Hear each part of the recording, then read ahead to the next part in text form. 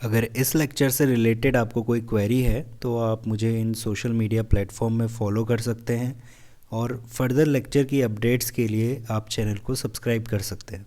11th वाले में हमसे कहता है show that the relation R in set A of points in a plane given by R is equals to this much. सबसे पहले important चीज़ जो मैंने बताई है इन क्वेश्चंस में, क्या ध्यान देना, सेट सबसे पहले क्लियर होना चाहिए कि सेट क्या गिवन है। अब देखो सेट क्या गिवन है, सेट गिवन है ए जिसमें कि क्या है, पॉइंट्स हैं। कौन से पॉइंट्स हैं? प्लेन में रहने वाले जितने भी पॉइंट्स हो सकते हैं वो सारे के सारे। अब प्लेन क्या होता है? प्लेन वही एक्स एंड वाई एक्सिस का प्लेन। इसमें हमने पढ़ा हुआ है कि कोऑर्डिनेट एक्सिस कितने होते हैं, इनफाइनाइट होते हैं। तो इन सभी का सेट का नाम क्या दे दिया उसने, ए। तो इसका मतलब ये जो सेट ए है ये एक इनफाइनाइट सेट है, ठीक है। तो मैं सपोज दैट थोड़ी देर के लिए ये मान लेता हूँ कि इसमें P1, P2, P3, so on इस तरीके से इनफाइनाइट पॉइंट्स पड़े हुए हैं, ठीक है। हर एक पॉइंट का मैंने नाम रख दिया। पॉइंट यानी कि ये x, y कोऑर्डिनेट, ठीक है। इसके बिना तो पॉइंट पूरा ही नहीं होता है। तो मैंने सपोज ये ले लिया P1 पॉइंट, ठीक हो गया। ये हो गया हमारे पास ओरिजिन, ये है O। तो इस तरीके के जितने भी पॉइंट्स हैं वो सारे के सारे सेट ए में। तो सेट क्लियर हो गया। अब आते हैं रिलेशन पे। रिलेशन कहता है कि P, Q यानी कि P और Q का मतलब यहाँ पे है पॉइंट, ठीक है। P और Q, मैंने वहाँ पे P1, P2, P3 इस तरीके से लिखा हुआ, मैं Q भी ले सकता था। मैंने सपोज ये ले लिया P और Q, P, Q। फिर उसके बाद मैं P3, P4, P5 इस तरीके से नेमिंग दे सकता हूँ, बस नाम है उनके। बट समझने वाली बात यह है कि इस ऑर्डर्ड पेयर में दोनों क्या है, पॉइंट्स हैं। अब कैसे पॉइंट है देखना, ऐसे पॉइंट है कि डिस्टेंस ऑफ P यानी कि जो पहला पॉइंट है P, इस P की मैं थोड़ी देर के लिए मान लेता हूँ कि ये P पॉइंट है। Distance of P from origin ये रहा, तो यहाँ से यहाँ तक की डिस्टेंस सपोज दैट 4 है। तो distance of point P from origin, suppose ले रहा हूँ मैं 4, is same as distance of point Q from origin. अब एक दूसरा पॉइंट ले लेते हैं, सपोज दैट कि वो है Q। इस Q की जितनी दूरी है ओरिजिन से और इस P पॉइंट की जितनी भी दूरी है O से, वो दोनों के दोनों क्या हैं, बराबर हैं। तो यानी कि अगर मैं कह रहा हूँ कि OP 4 है तो इसका मतलब OQ भी क्या होगा, हमारे पास 4 ही होगा। तो इस रिलेशन का कुल मिला के ये मतलब है कि आप जो भी ऑर्डर्ड पेयर लोगे उसमें दोनों पोजीशन पे जो भी पॉइंट बैठा होगा P और Q, उन दोनों की दूरी ओरिजिन से क्या होनी चाहिए, बराबर होनी चाहिए। तो इस तरीके के ऑर्डर्ड पेयर हमारे पास इस रिलेशन में जाएंगे, ठीक है। ए क्रॉस ए करने में तो हमें काफ़ी सारे पॉइंट मिलेंगे ना। ए क्रॉस ए करने पे आपको P, P मिल सकता है, P, Q मिल सकता है, P, P3 मिल सकता है। इस तरीके काफ़ी सारे मिलेंगे, इनफाइनाइट है, निकाल नहीं सकते। बट हम कंडीशन समझ सकते हैं, जो कंडीशन मैंने आपको बताई। तो जहाँ तक है कंडीशन क्लियर होगी। अब इस बात को मैं फर्दर प्रोसीड करता हूँ और क्वेश्चन सॉल्व करते हैं। क्वेश्चन में मांग रहा है इक्विवेलेंस रिलेशन, रिफ्लेक्सिव और सिमेट्रिक करेंगे सिर्फ। फर्दर शो दैट वाली बात जितनी भी है इसको रिफ्लेक्सिव और सिमेट्रिक बताने के बाद बताऊंगा। ओके, तो रिफ्लेक्सिव वही डेफिनेशन मैंने बार बार लिखाई हुई, आपको याद हो गई होगी, तो आप खुद से भी लिख सकते हैं, मैं जस्ट यहाँ पे सॉल्यूशन दूंगा। अच्छा, रिफ्लेक्सिव के लिए क्या होना चाहिए, रिफ्लेक्सिव के ये होना चाहिए कि सेट ए में रहने वाले जितने भी एलिमेंट है, ठीक है। और सेट ए में कौन से एलिमेंट है, पॉइंट्स है सारे के सारे, P है, कोई Q है, कोई P3 है, ठीक। तो जो भी पॉइंट्स हैं उनके लिए हमारे पास इस तरीके का ordered pair, suppose at P, P, Q, Q, P3, P3, इस तरीके के जितने भी पॉइंट्स बन सकते हैं, इनफाइनाइट बनेंगे क्योंकि वो सारे के सारे इस रिलेशन में जाने चाहिए। अब एक चीज़ बताओ, P, P का एग्जांपल लेता हूँ मैं, ठीक है। P, P ले लिया मैंने, क्या ये इस रिलेशन में जाएगा या नहीं जाएगा, पहले तो ये देख लेते हैं। अब देखो P, P आप इस कंडीशन में बैठा के देखो, जो हमारे पास गिवन है ना, P, P नहीं कि रिलेशन की कंडीशन। अगर मैं P, P लिख देता हूँ थोड़ी देर के लिए, क्यों हटा देता हूँ मैं, P, P मुझे समझाना है तो मैं P, P लेता हूँ। तो एक चीज़ बताओ, distance of P from origin, ठीक है, ये रहा P, distance of P from origin is same as distance of point P from origin. ये जो बात मैंने अभी लिखी, जो बात मैंने P को लेकर लिखी, क्या ये बात ट्रू है या नहीं है। बस यहाँ पे फ़र्क ये हो रहा है ना कि दूसरा पॉइंट Q नहीं ले रहा, फिर से P ही ले रहा है। तो अगर मैं कह रहा हूँ कि OP की डिस्टेंस OP के बराबर है तो बात तो सही है। तो वही बात यहाँ पे कह रहा है, distance of P from origin is same as distance of point, again P ले रहा है, पॉइंट P फ्रॉम ओरिजिन। तो कुल मिला के बात यहाँ पे ये है ना, अगर मैं इसको मैथमेटिकली कंक्लूड करूँ तो ये बस इतना कह रहा है कि OP is equals to OP हो रहा है, ठीक है, OP के बराबर हो रहा है। तो इसका मतलब ये जो P, P टाइप का ऑर्डर्ड पेयर है जहाँ पे दोनों पॉइंट सेम है, ये रिफ्लेक्सिव होगा, सॉरी रिफ्लेक्सिव नहीं मतलब रिलेशन की कंडीशन में जाएगा। रिफ्लेक्सिव के लिए तो सारे के सारे होने चाहिए। तो अब आप यही सेम चीज़ हर एक के लिए लगा लो। मैंने दूसरा ऑर्डर्ड पेयर लिया, मान लो Q, टाइप का। अब इसमें भी तो वही चीज़ होगी, distance of Q from origin is same as distance of point Q from origin. यानी कि यहाँ पे क्या बात कर रहा होगा, यहाँ पे बात कर रहा होगा OQ बराबर है OQ के, ठीक है। तो जहाँ तक ये चीज़ समझ में आई होगी, तो आप एक बार सोच के देखो, इस तरीके के जितने भी ऑर्डर्ड पेयर्स हैं जहाँ पे दोनों एलिमेंट सेम हैं, वो सारे के सारे इस रिलेशन की कंडीशन में जाने वाले हैं। तो अगर ये रिलेशन की कंडीशन में जाने वाले हैं, इसका मतलब ये क्या होगा, एक रिफ्लेक्सिव होगा। अब रिफ्लेक्सिव होगा तो मुझे इसे लिखना पड़ेगा इन जनरल वे में, तो वो लिखते हैं। बाकी मैं यहाँ पे सारी चीज़ें फिर से वैसे लिख देता हूँ जैसी थी। यहाँ पे था P, Q, distance of P from origin is same as distance of point Q from origin, ठीक है। तो समझाने के पर्पज़ से मैंने चेंज ये किया था, बाकी क्वेश्चन यही है। ओके, तो लिखेंगे कैसे, यहाँ पे लिखते हैं here for every P belongs to A। अब देखो आपको नेमिंग देनी है, नेमिंग आप किसी भी तरीके की रख सकते हैं। मैंने यहाँ पे जो A सेट रखा P, Q, P3 ये समझाने के पर्पज़ से रखा था, ताकि आप ये अंडरस्टैंड कर पाओ कि P, Q, P3 ये सारे जितने भी ये अलग अलग पॉइंट्स हैं। अब मैंने यहाँ पे क्या करें, यहाँ पे तो मैंने कुछ ऐसा बोला नहीं कि let set A is equals to this, कुछ नहीं लिखा है मैंने, ठीक है, फेयर वर्क है, कुछ नहीं लिखा है। बट रिफ्लेक्सिव के लिए मैं यहाँ पे ये कह रहा हूँ कि here for every P belongs to A, यानी कि मैं ये लेके चल रहा हूँ कि A सेट में जितने भी एलिमेंट्स हैं सबका नाम P दे रहा हूँ। इन जनरल काम कर रहे हैं ना, क्योंकि इससे पहले वाले में हम ऐसा लिखते थे ना, for every A belongs to A। इसका मतलब क्या होता था, इसका मतलब A सेट में जितने भी एलिमेंट हैं उनको मैं स्मॉल a का नाम दे रहा हूँ। अब की बार मैं कैपिटल P का नाम दे रहा हूँ, और P इस वजह से ताकि पॉइंट से रिलेट कर पाऊँ, क्योंकि वो सारे क्या हैं हमारे पास पॉइंट्स हैं। तो इस बात से कंफ्यूज मत होना। Here for every P belongs to A we get, हमें क्या मिल रहा है, we get P, P belongs to R। इस तरीके का ऑर्डर्ड पेयर रिलेशन में मिल रहा है। बिकॉज क्यों मिल रहा है, इस बात को भी लिख लेते हैं, क्योंकि ये जो रिलेशन है इसको भी हमें रिलेट करवाना है। बिकॉज वही सेम बात लिख दो जो मैंने यहाँ पे लिखी हुई है। Because distance of P from origin is same as distance of point, वहाँ पे Q लिखा हुआ है। अब आपने दूसरा जो पॉइंट लिया हुआ है उसका नाम P है अगेन, तो आप यहाँ पे P लिखोगे as distance of point P from origin, hence R is reflexive. तो R क्या हो जाएगा मेरे पास, रिफ्लेक्सिव हो जाएगा। सिंपल सी चीज़ है, जो कंडीशन इसने बोली हुई थी वही हमने यहाँ पे कंप्लीट लिख दी। तो यही है जनरल तरीका इस तरीके के क्वेश्चन को सॉल्व करने का। यहाँ पे जो मेन फोकस रखना चाहिए आपको, वो रखना चाहिए क्वेश्चन को समझने में। अगर क्वेश्चन आपको अंडरस्टैंड हो चुका है अच्छी तरीके से, तो ये थ्योरी आप हर क्वेश्चन में लिख रहे हो लगभग, तो ये तो वैसे ही रट दी जाती है, ठीक है। बस करना क्या होता है, जो क्वेश्चन दिया है उसके साथ रिलेट करते हुए हमें बिकॉज के बाद खुद से लिखना पड़ता है, वो तो आप लिख ही लोगे। बट फोकस रखो कि जो क्वेश्चन का मतलब मैंने बताया है वो अच्छे से समझ में आए। अगर नहीं आया तो वीडियो पॉज करो, दोबारा से देखो और ये सारी चीज़ें दोबारा से समझने की कोशिश करो, ठीक। तो मैं अब जाता हूँ सिमेट्रिक के पास। अब सिमेट्रिक के लिए क्या होगा, सिमेट्रिक के लिए देखना, मैं ले लेता हूँ let P, Q belongs to R। मैं ये लेके चल रहा हूँ कि P, Q R में बिलोंग करते हैं, यानी कि रिलेशन में। तो अब क्या होना चाहिए, Q, P भी रिलेशन में बिलोंग करना चाहिए। अच्छा, P और Q का नाम अगेन क्या है, मैंने ले लिया है, नाम ले लिया है, ये बस क्या है, पॉइंट्स हैं। कोई P टाइप का होगा, कोई Q टाइप का होगा। तो let P, Q belongs to R। अब इसका मतलब क्या होगा, इम्प्लाइज, यही मतलब होगा, पूरा कंप्लीट लिखना पड़ेगा। Distance of P from origin is same as distance of point Q from origin, ठीक है। जहाँ तक ये बातें क्लियर होगी, रिलेशन में है तो यानी कि इसकी कंडीशन को फुलफिल कर रहा होगा, वही बात मैंने यहाँ पे लिखी। अब क्या करो, चीज़ों को पलट दो।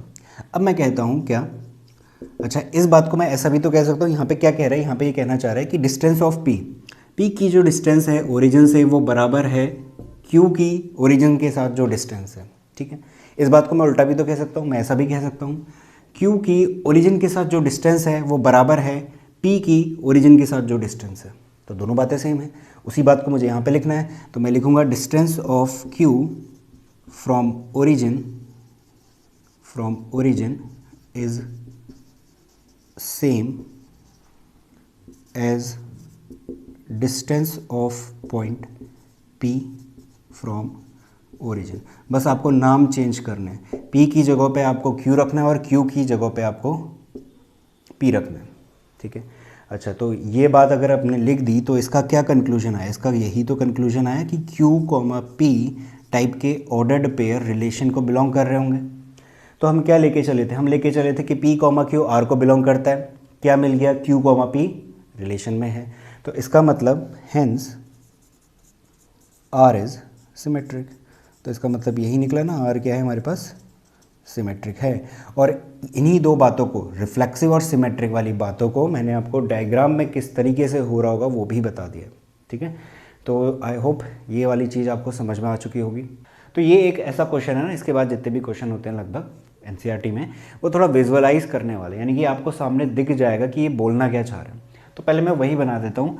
यहाँ पे हमारे पास क्या दिया था, सेट जो दिया था उसमें क्या है, प्लेन में रहने वाले जितने पॉइंट्स हैं वो सारे के सारे। ठीक है, फिर इसने बोला कि ए क्रॉस ए करने के बाद ए में सारे पॉइंट्स हैं, ए क्रॉस ए करोगे फिर से ऑर्डर्ड पेयर मिलेंगे, उन सभी में क्या होंगे, आपके पॉइंट्स होंगे। तो मैं मान लेता हूँ कि P, Q, P, P, Q, Q, R, इस तरीके के इनफाइनाइट हमारे पास ए क्रॉस ए में ऑर्डर्ड पेयर आने वाले, ऑलरेडी मैं बता चुका हूँ। तो distance of point P from origin, इस बात का क्या मतलब है, मान लो मैंने P और Q ले लिया कि P और Q इस रिलेशन में है। तो P और Q अगर इस रिलेशन में है तो जो पॉइंट P की दूरी है ओरिजिन से और पॉइंट Q की दूरी है ओरिजिन से, वो दोनों की दोनों क्या होंगी, बराबर होंगी। ये बात ये रिलेशन कहता है। अगर इस रिलेशन को मैं समराइज़ करूँ ना, किसमें, मैथमेटिकली अगर मैं इसको समराइज़ करूँ, जो भी ये स्टेटमेंट लिखी है ये बस इतना कह रहा है, OP is equals to OQ है, OP is equals to OQ है। तो वहाँ पे हमें दिख गया OP is equals to OQ। तो इस तरीके के पॉइंट्स इस रिलेशन में जाने वाले हैं।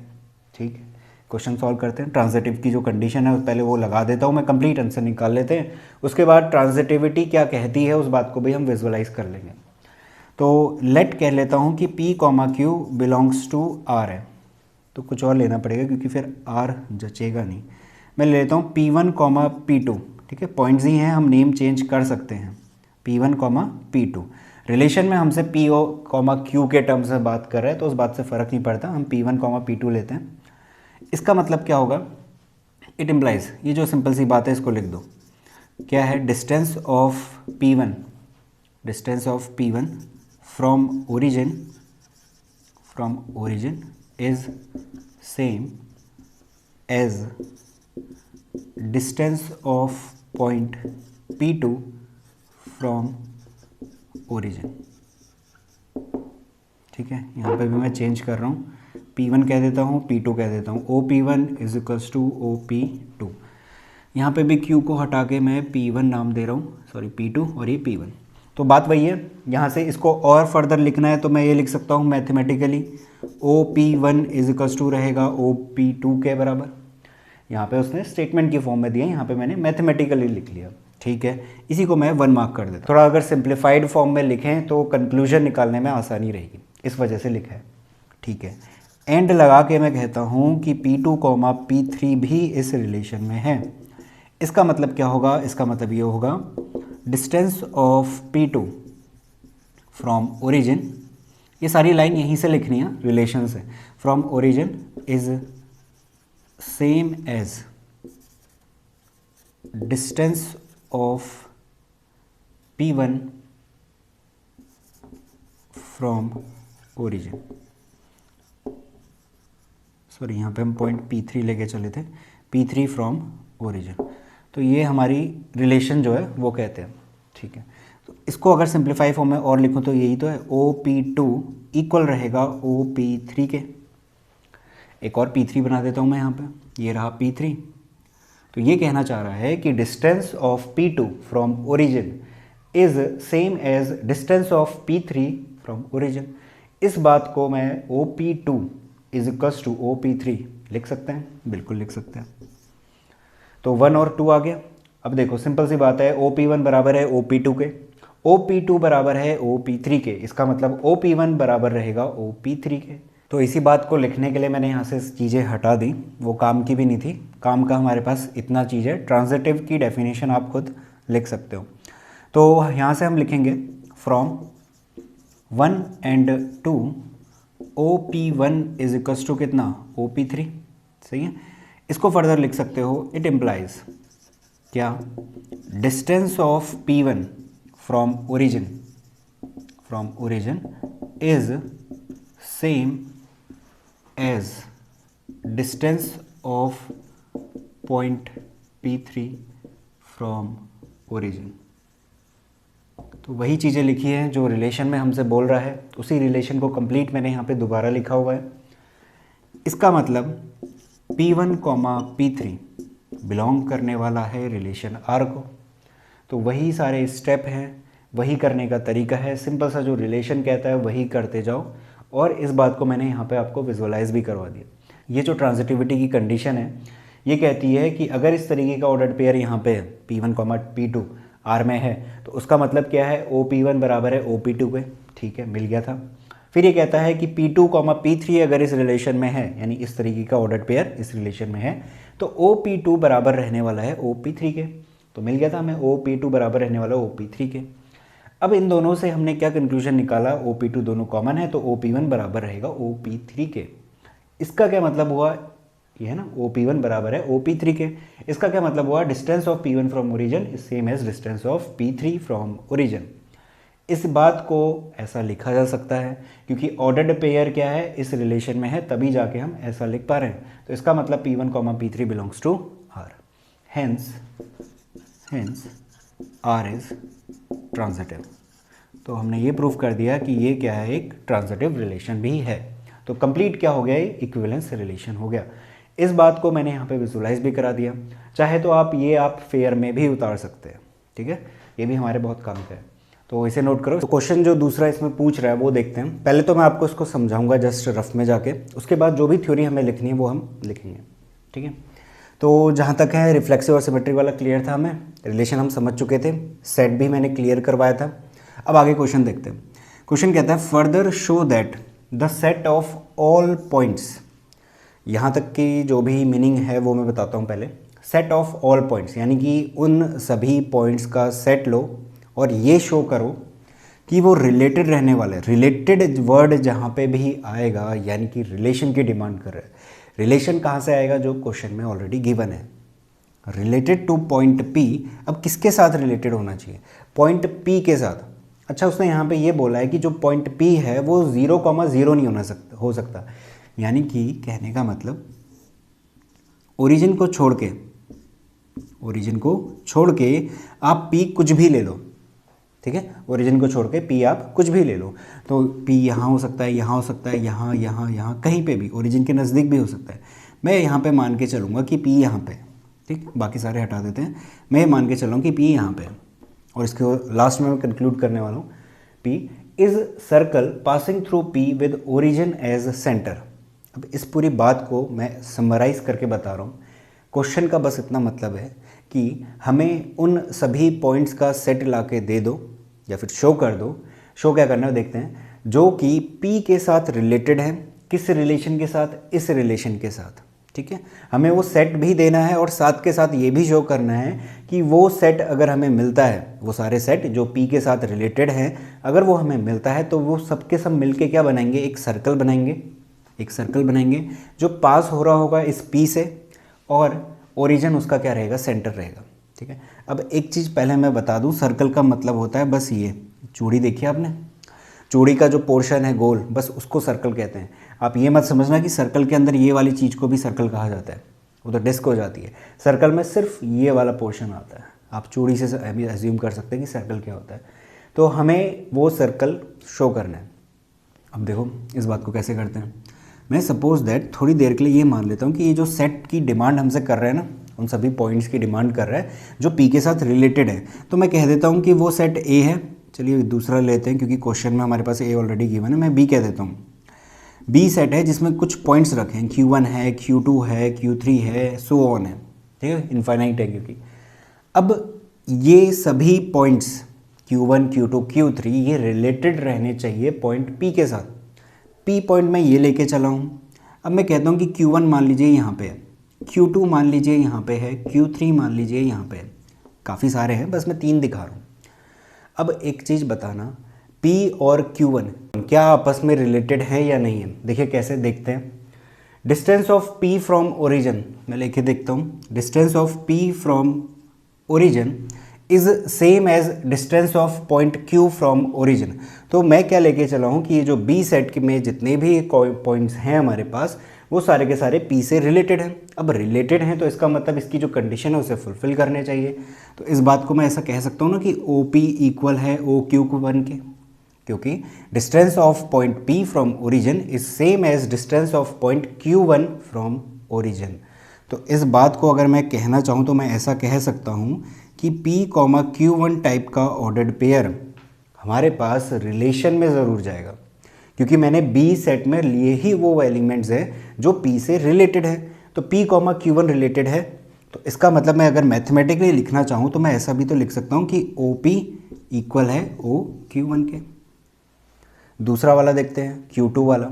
Q2 में भी सेम चीज़ है, Q2 पॉइंट ही ऐसा है कि वो P के साथ रिलेटेड है। तो इसका मतलब OP यानी कि distance of P from origin is same as distance of Q2 from origin. तो अगर मैं यहाँ से एक लाइन ऐसे खींचता हूँ और इस बात को लिखता हूँ तो मैं कुछ ऐसा लिखूँगा, सच दैट क्या हो रहा होगा, PO बराबर होगा हमारे पास OQ2 के। सिमिलरली Q3 के लिए भी हो रहा होगा। Q3 हमारे पास ये रहा, Q3 के साथ अगर मैं ड्रॉ करता हूँ तो यहाँ पे भी ऐसा आ रहा होगा कि P, Q3 टाइप का ऑर्डर्ड पेयर हमारे पास रिलेशन में ज़रूर जा रहा होगा और OP इक्वल आ रहा होगा OQ3 के, ठीक है। अब एक चीज़, B सेट में सिर्फ 3 पॉइंट्स नहीं हैं, काफ़ी सारे हैं। मैंने वो सारे के सारे पॉइंट लिए हैं जो P के साथ रिलेटेड है। अब वो सारे के सारे पॉइंट जब हम बनाएंगे या फिर मैं कह सकता हूँ जब ट्रेस करेंगे तो वो कुछ इस तरीके के आएंगे, इस तरीके के। और ये हर एक पॉइंट P के साथ रिलेटेड है, तो वो क्या होगा, हमारे पास जो अभी तक हम कंडीशन लिखते हुए आ रहे थे OP is equals to OQ3, इस तरीके की लाइंस बनती जाएंगी। और वो जब लाइंस हम क्या करेंगे, ट्रेस करेंगे, लाइन ये कहने का मतलब ये इस तरीके की, ठीक है, इस तरीके की लाइन जब हम ट्रेस करेंगे एंड पॉइंट से तो वो क्या बनाएगा, एक सर्कल बनाएगा कंप्लीट। तो इस तरीके से वो क्या बनेगा, एक सर्कल बनेगा। हो सकता है डायग्राम थोड़ा सा ऊपर नीचे हो, बट हमें क्या मतलब होना चाहिए सर्कल बनाने से।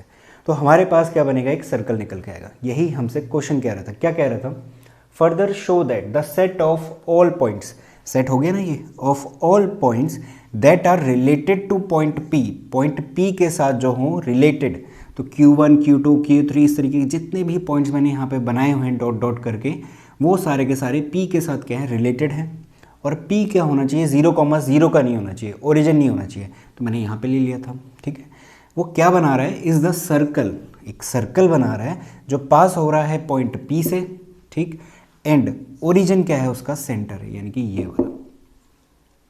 तो यही जो बात यहाँ पे हमसे आखिरी क्वेश्चन में पूछ रहा था, वही सब कुछ मैंने आपको यहाँ पे समझाने की कोशिश करी है।